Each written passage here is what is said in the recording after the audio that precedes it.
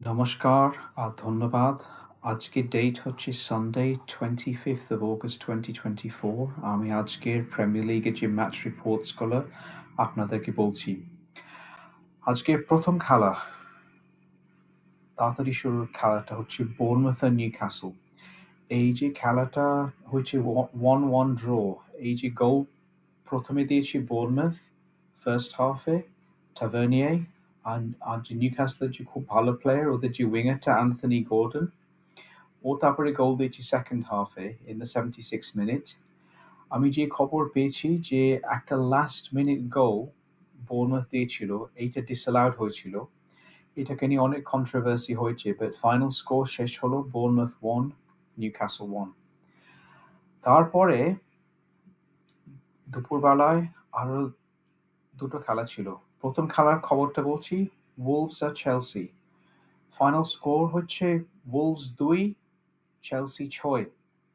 ওলভসের জন্য দু গোল দিয়েছে মাটিয়াস কুনা আর লারসেন বলে একটা ছেলে। চেলসি অনেক গোল দিয়েছে আজকে, 6টা গোল। ওদের গোল দিয়েছে নিকোলাস জ্যাকসন একটা, চেলসির যে সবচেয়ে ভালো প্লেয়ার কোল পালমার, ও দিয়েছে একটা, আর আমি শুনেছি যে ও আরো দুটো অ্যাসিস্ট দিয়েছে। আর আরেকটা ছেলে আছে মাদুউইকে বলে, ও 3টে গোল দিয়েছে। আর জাও ফিলিক্স, যে এই সপ্তাহে ও ফেরত এসেছিল চেলসিতে, ও একটা গোল দিয়েছে। সো ফাইনাল স্কোর হলো ওলভস 2, চেলসি 6।